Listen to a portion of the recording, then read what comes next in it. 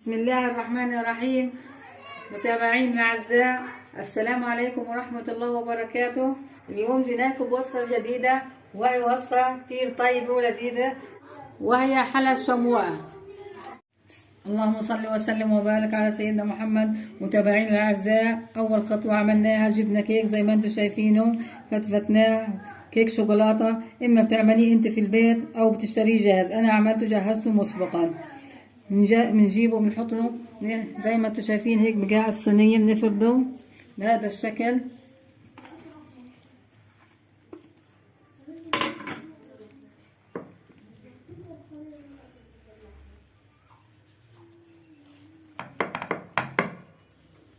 شايفين بنعطيه ضغطة قوية هيك.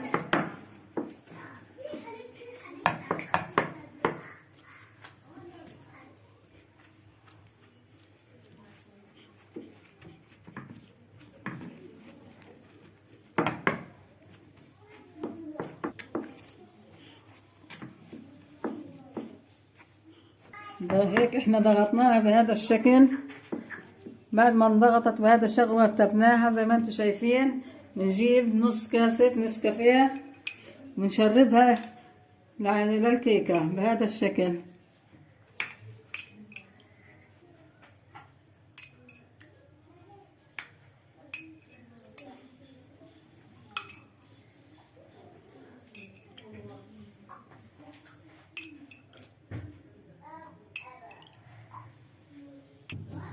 بعد ما شربناها بالقطر زي ما انتم شايفين، بنتركها ونبدأ نجهز للطبقة الثانية. صح؟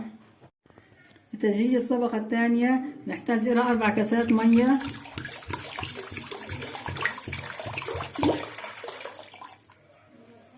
معلقتين نسكافيه،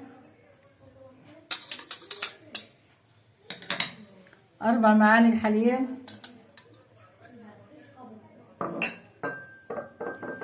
3 معالق سكر، باكيت فانيلا،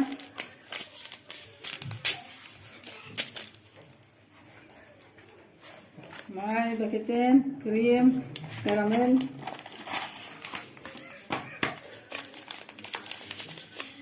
كل هذه المقادير مضبوطة طبعا على البارد.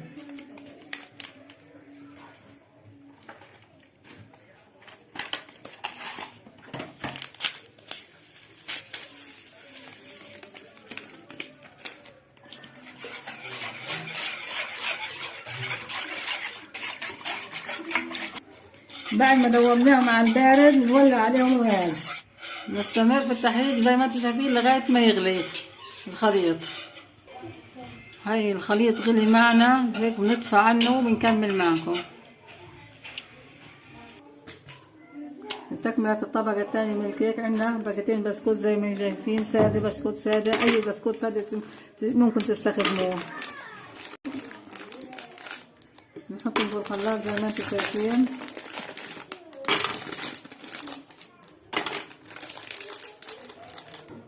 بنضيف علبة قشطة على البسكوت زي ما انتم شايفين. هلقيت بنضيف خليط جهزناه قبل هيك على الغاز ولا معنا.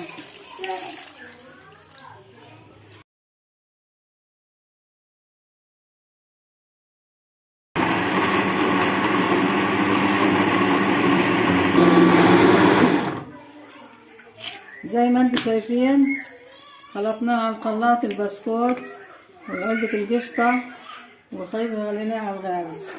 لقيت بنضيفها، لقيت اصبحت عندنا الطبقة الثانية جاهزة. بنديرها على الصينية اللي جهزناها مسبقا بالشكل هذا.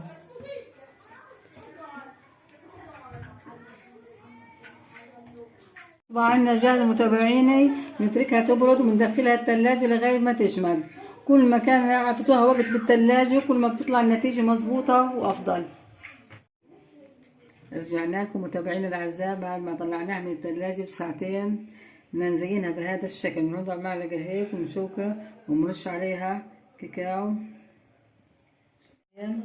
بنحط كاكاو البودرة بمصفاية صغيرة، بنخله على الصينية بهذا الشكل.